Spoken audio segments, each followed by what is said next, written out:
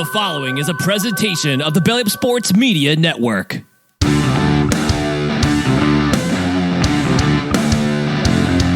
1420 Sports Bar Podcast, for beer with sports talk and a whole lot more. Join host Brent Radlinsky as he bellies up to the bar and gets the conversations going that'll make you think you're sitting in your local watering room. It's sports, beer, and shenanigans, so sit back, grab a few beers, and let's get in. The 1420 Sports Bar Podcast, for beer with sports talk and a whole lot more. Today's show, as always, is brought to you by SeatGeek.com and the SeatGeek app. Use promo code 1420SEAT at SeatGeek.com today and save yourself $20 on your first purchase. Remember, we are part of the Belly Up Media Network. Go to BellyUpSports.com for all the great articles and other great podcasts, such as the Corner Booth podcast. My guys over there at Craft Brewed Sports. Great show they had on Tuesday night talking about college football, the way the SEC and the Big Ten is all trying to change things a little bit, but it's a great show, as they always put on, and other podcasts as well. And then also go to the 1420sportsbar.com for some musings and ramblings that I put out there on a bi-weekly basis, different articles I've been working on as well, but lots of sports content for you to gather up. And anyways, it's been a few days since that gold medal game, four nations face off, Canada, USA, in an instant classic, one that you can talk about for years to come. Because I'm Canadian, the right team won in my eyes, and it was a great hockey game all around. Canada was down throughout the game, tied it up a couple of times, ended up winning in overtime with the best player in hockey. Didn't have a great game overall, but the best player in the game right now, Connor McDavid, ended it in overtime. Great shot over a Hellebucks. Why McDavid is the hockey end of things. Why McDavid was that open in the slot at that stage of a hockey game is probably going to be discussed on sports radio throughout everywhere for a long time. But it ended in a great Canadian fashion, same way it ended in 2010 with Canada and U.S. And then 2000, obviously with the golden goal Sidney Crosby scored, 2002 with the Canada win, breaking their long gold medal drought at the Olympics in Salt Lake City with that great hockey game. Canada won that one 5-2. Not much of a nail biter back then, but then on it goes. 91, I think, as well. Canada won the 92, the Canada Cup. 96 was the only blip in the radar for best on best, Canada versus the United States, but with the Mike Richter World Cup of Hockey thing. But that's there's your history lesson for the day. But in general, it was a great night for Canadians. It was a great night for Canadian hockey. It was a great night for hockey in general. People across both markets were tuned into this game, dialed in. The ratings were not as high. I thought they'd be a lot higher than they were, but they were higher than most Stanley Cup playoff games. A fantastic event, to say the least. It's something that I'll say this before.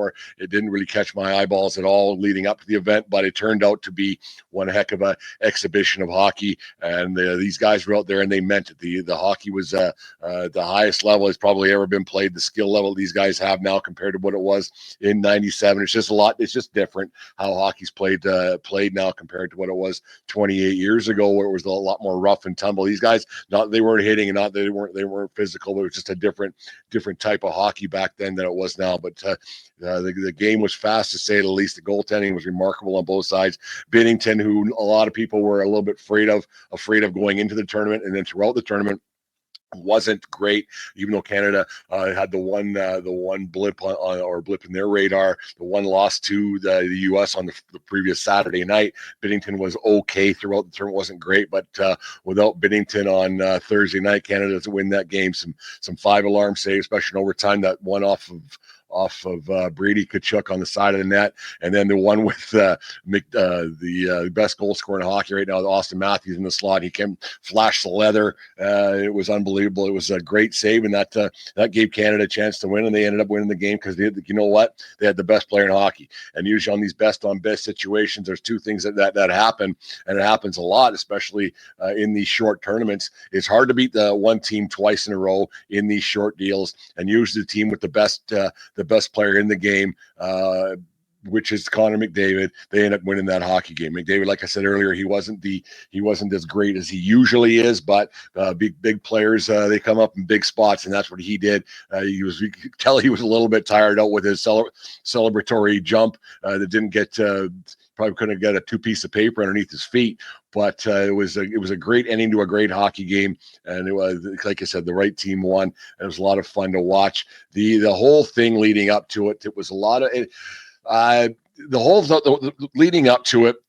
I'm not going to get political. I have in the past couple of shows, but it's kind of funny the stuff leading up to it with the tariffs and with the annexation and Trump saying things, and that's as far as I'm going to go with that. But that kind of gave Canadians a little bit of fire into the belly to watch this thing, and I think that added to a lot more of the jubilation after the game and during the game. There was a lot more people watching than probably would have if it wasn't going on. Yes, Canada, hockey's our thing, and it's winning's our thing, and we kind of get used to it. But you wonder if all that other stuff on the back end in the background wasn't happening.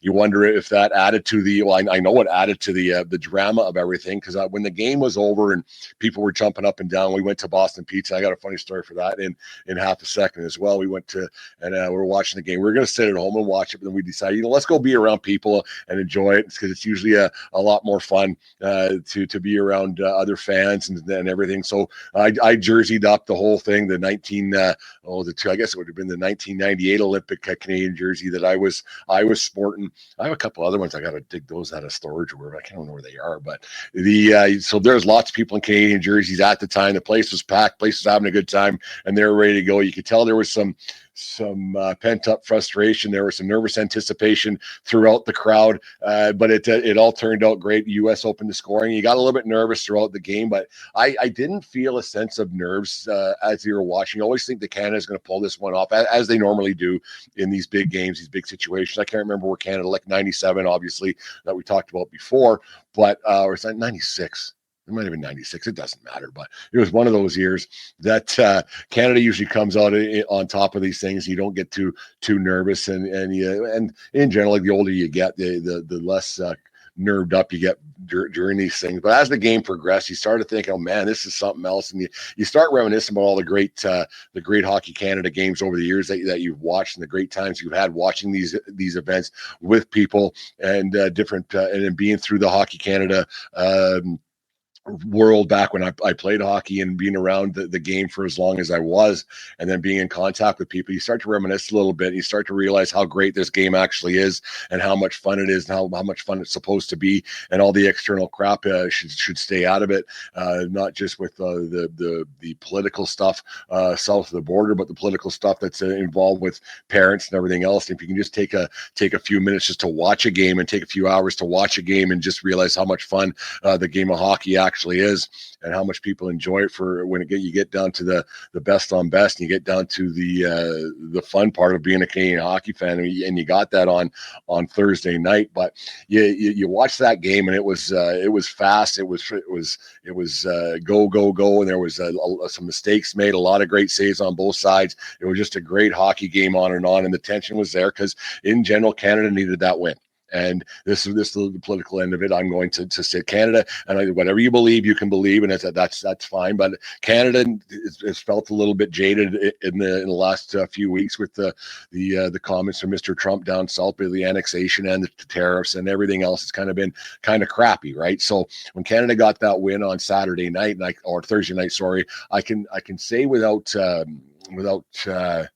Yeah, there was jubilation. Yeah, they were jumping up and down. Yeah, some guy hugged me, and it was quite a fun time. But I think in general, for a lot of Canadian hockey fans, I know for myself, it was more of a sense of relief that Canada won than a sense of jubilation. If Canada would have lost that game, I don't know how I would have felt, because like I said, Canadians needed that win and wanted that win just for our own egos a little bit, to pump up the tires a little bit, considering the beating through the press that we get, because nobody tends to talk about Canadians like that very often. So we don't know how to react when that's going on. And now that it's been happening on a nightly basis in the news, it was good to have our night, and that was our way to speak back a little bit. And that was our way to enjoy a moment more so than we might have in years gone by.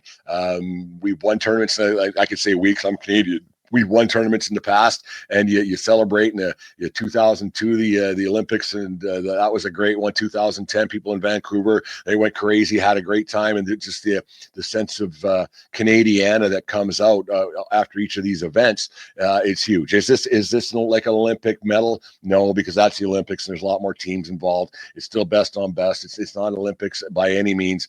The game was an instant classic. One you might be on. I don't know if ESPN Classic's even a thing anymore, but that's a game that might be on the day after tomorrow on ESPN Classic, but it doesn't rank up there with the Olympics because how long that can last, and there's just more people involved in it. There's more teams involved in it.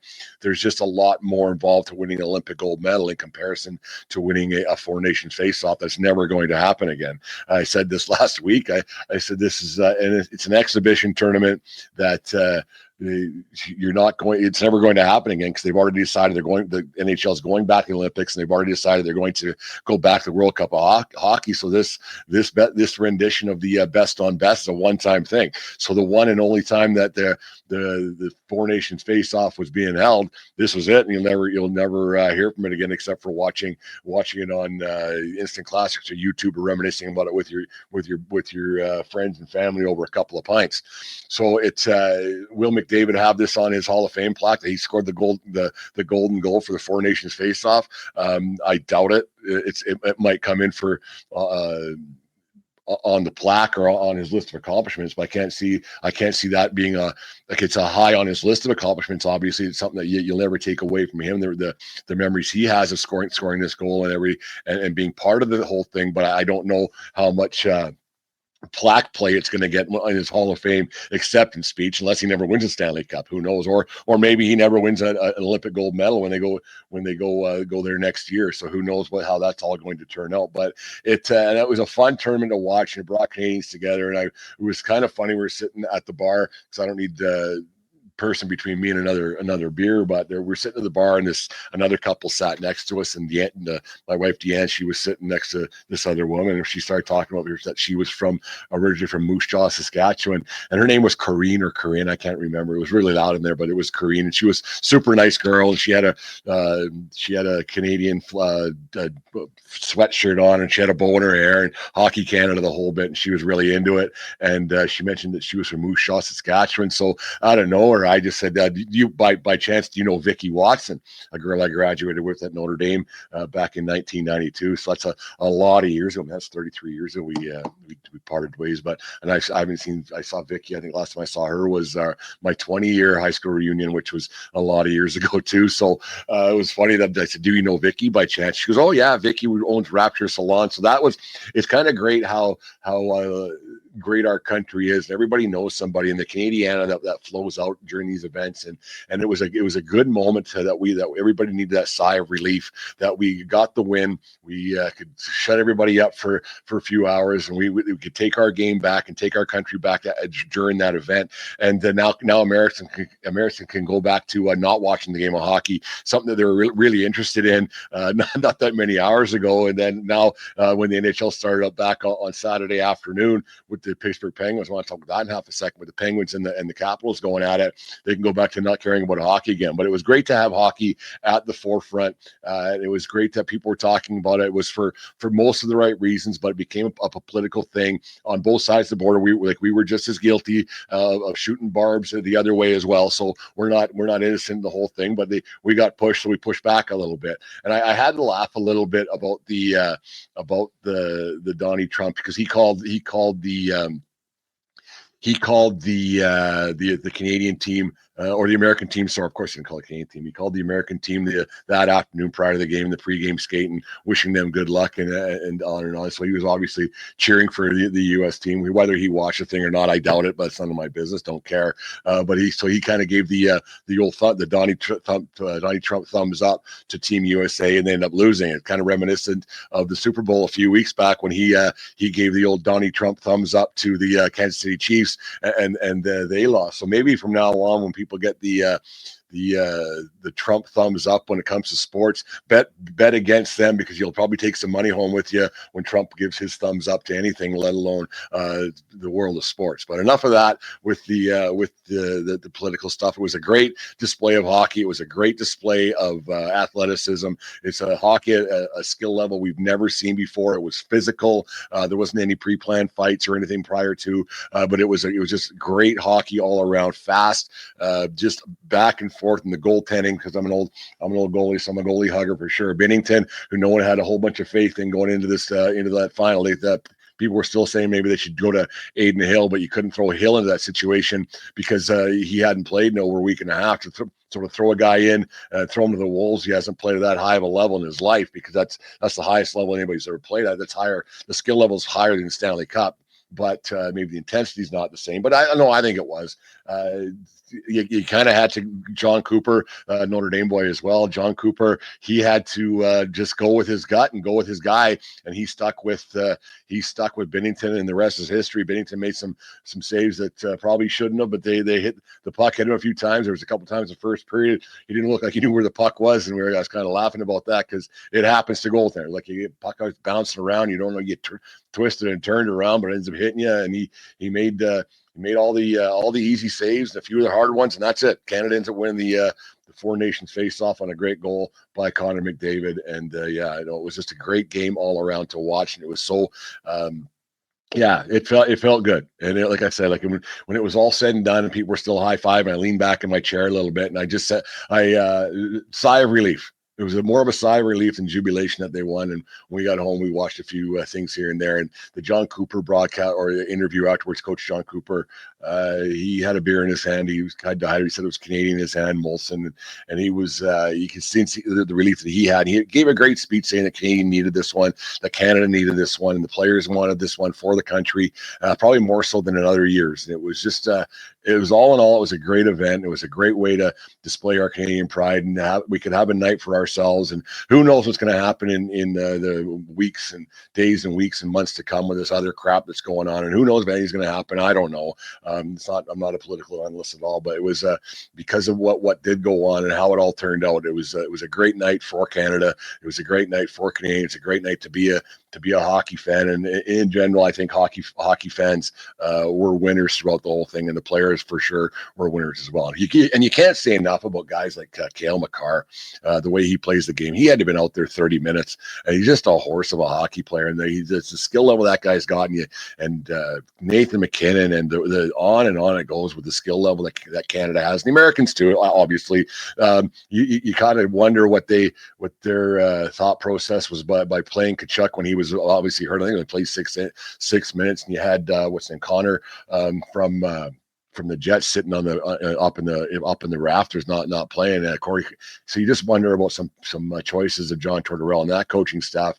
But just in general, it was a great level of hockey that you'll now you get to see it every other year, starting next year in the Olympics, which is good to have back and get that Canadiana going again and get things going, and it put some fire in my belly too. Like you kind of forget about sports and you get caught up in a lot of other things. You get caught up in a lot of just work at day-to-day things. But when you can sit back and just enjoy a sport for what it is, and an event like that for what it is, and you can you go, okay, yeah, this is why I love the game, and this is why I grew up playing the game. This is why I just enjoyed it so much, and it was a lot of fun to watch. It was a lot of fun to be around Canadians who were cheering and having a good time. And I think that's what in the big picture, that it was, like I said, that was something that Canada needed, and we got it. And we're the Four Nations champions, though the one and only Four Nations champions in hockey history. So congratulations to that team, John Cooper and the coaching staff, Rick Tocchet, and the rest of them. What a great event. And Sidney Crosby, what can you say about him? He had a great game, but not his best game of the tournament. But the old man was out there, 37 years old. And he's one of the best players on the ice, just an ambassador of the game of hockey. He'll be in the Olympics next year. I can't see why they wouldn't have him. The way he played all these years later, like 2010's a long time ago when he scored that golden goal. But he was out there in the forefront, and you can see the jubilation that he had when they won. Winning never gets old, and he did the proverbial passing of the torch to Connor McDavid, the next generation of great Canadian leaders and Canadian winners in the game of hockey. And it was great to see Crosby out there, just a hockey savant, and I can't imagine the knowledge that he had out there for the rest of the Canadian team, not just the team, but the coaching staff as well. And John Cooper alluded to that in the post-game report as well. No, it was awesome. I was watching the game yesterday, and you kind of like I turned on the TV. I was out and about a little bit, but I got home for a couple minutes. I turned on the Penguins Capitals game, and you got a feel for Crosby. He's playing at such a high level still, and he's playing for a franchise in the Pittsburgh Penguins that's going nowhere. And I know I've said this in the past, but if I was the Colorado Avalanche or Las Vegas or Toronto Maple Leafs or whoever, I would put out an honest like an APB or a call or something. Just a closed mouth never gets fed. I would put out some kind of a call to say, hey, can we the game of hockey owes Sidney Crosby another chance to win a Stanley Cup, because it's not going to happen in Pittsburgh. Pittsburgh's bloody awful, and they're getting their teeth kicked in yesterday, and you kind of felt bad for Crosby being in that situation where they're not going to win anything, and it wouldn't surprise you if they won 10 more games all season long. They're just not good enough. They're not going to be in the playoffs this year, not next year, and he's only has I think 3 years left on his deal that he signed this season for 8.7, of course, right, to match his number 87. So you just wonder if at some point Crosby might say, that was a lot of fun playing in those big games. It was a lot of fun playing for a championship again, and have some realism in his tone, where he might say, you know what, I want another chance to win one. Whether he gets that feel playing in for Team Canada in the Olympics next year, and that's all he needs again, and that's all he wants to see. Maybe that's all he needs. That's all he wants to do, because he's got to have some realism in between that great big brain of his that he's not winning one in Pittsburgh. So maybe that's just the trade-off he has, that being the great ambassador to hockey, that winning for Team Canada is his sole purpose, and mentoring the young kids in Pittsburgh coming through is his other purpose in the game of hockey. So you just wonder how that's all going to play out, and how that's all going to work for Sidney Crosby and the Pittsburgh Penguins moving forward, and for Team Canada having that great ambassador for the game. And it was, and Drew, you can't say enough about Drew Doughty, who got called in at the last minute as an injury replacement. He was out there and just having a great time. Remember 2010, whether this is a true story or not, but there's a rumor out there, it might be an urban legend, that he got in a little later than he should have for curfew time in 2010 when they were Olympics, but and ended up winning a gold medal back then. But no teeth, the hair just all over the place, the big beard, probably out of shape, overweight, and everything else like he's always been throughout his career. But what can you say about Drew Doughty being out there and getting called in the last minute to be a leader for Team Canada as well? And you get guys like that, and you go, the old grit grinders they're still needed in the great game of hockey. You can't just have all these sleek Lamborghinis out there. You got to have the odd Mack truck rolling through, or the GM truck or the Ford truck, whatever it might be, just still doing their part. And Drew Doughty, you can't say enough about him either. But it was just a great event. Yeah, and you seen a guy like Mitchie Marner. Say what you want about the guy, he's still one of the leading scorers in the National Hockey League. And was this a thing that going to help him to maybe push the Leafs over the top come the playoff time, because he's going to be called on for the Leafs, and getting a chance to win a championship and get some mentoring from a guy like Sidney Crosby, and to say, okay, this is what we got to have to win. This is what's got to happen when we get back to Toronto to get something going. And it's as much as you like.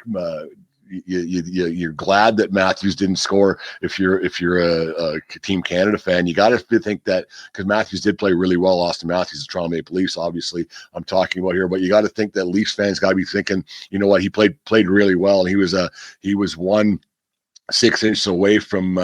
Not even 6 inches away. That puck was flying off his stick in overtime. He could have been the guy that scored the golden goal for the U.S. So the Toronto Maple Leafs, they got to think, we're in a pretty good spot with the two guys we got trying to lead us to a Stanley Cup championship. And then for the Edmonton Oilers, having McDavid score a big one and getting some more confidence in his backpack isn't a good thing. It's a great thing for hockey fans right across Canada, not just for the Canadian men's hockey team, but for the the Canadian-based NHL teams as well. So, no, it was a lot of fun being out with people and just the smiles on everybody's face when it was all said and done. Like I said, it was more of a sense of relief for me that we won that hockey game, and we could celebrate the greatest hockey nation in the world. We could still hold on to that one for a little while longer and have some smiles, have some laughs, because it was a lot of fun to be a part of because of all the crap that we've been hearing and talking about for quite a while now. So it was good to have that relief and that release and go and cheer. And I even gave I gave a couple pumpernickels, the old pumpernickel cheer when Canada scored that goal. So it was great. It was just a great event to be a part of, and I'm glad that we decided to go and enjoy a couple of pints and watch it amongst people who become your friends, which might only be for a few hours. That's the funny thing about like when it comes to it. So we have people who you might disagree with on a lot of people politically or on certain things, and woke, unwoke, and this and that, and you might disagree. But when it comes to the game of hockey, that's one thing Canadians can always agree on. So it was a lot of fun too. Like I said, it was a lot of fun to watch. Anyways, there it is, the 1420 Sports Bar podcast, For Beer Sports, talking a whole lot more for this 23rd day of February 2025. Thanks for everybody for listening. Make sure you subscribe to our YouTube channel, check us on all our social media accounts, and check out an article on this and other topics we've had in the past on the at the 1420sportsbar.com. Have a great week, folks. We'll probably do one of these again on Tuesday morning with Aaron. We had it's always great having Aaron on the show. Talk about he's a pretty level-headed guy, and I got 20 some years on him, so he tends to call me sir a lot, which is strange. But we have a really good time together. So if you haven't checked out that show, make sure check it on YouTube. Check out all our old shows. Again, going back for 4.5 years now. We've been doing this stupid thing, and make sure you check out our man Jim at the fan of the Van Plotner. Jim, your package is in the mail. It will be there. You'll have your Bulls apparel. So make sure you support that proudly down in Long Island for the Lethbridge Bulls and WCBL. Lots going on in the world of sports. It's always fun to be a part of it. Hey, and I was on Global TV the other day.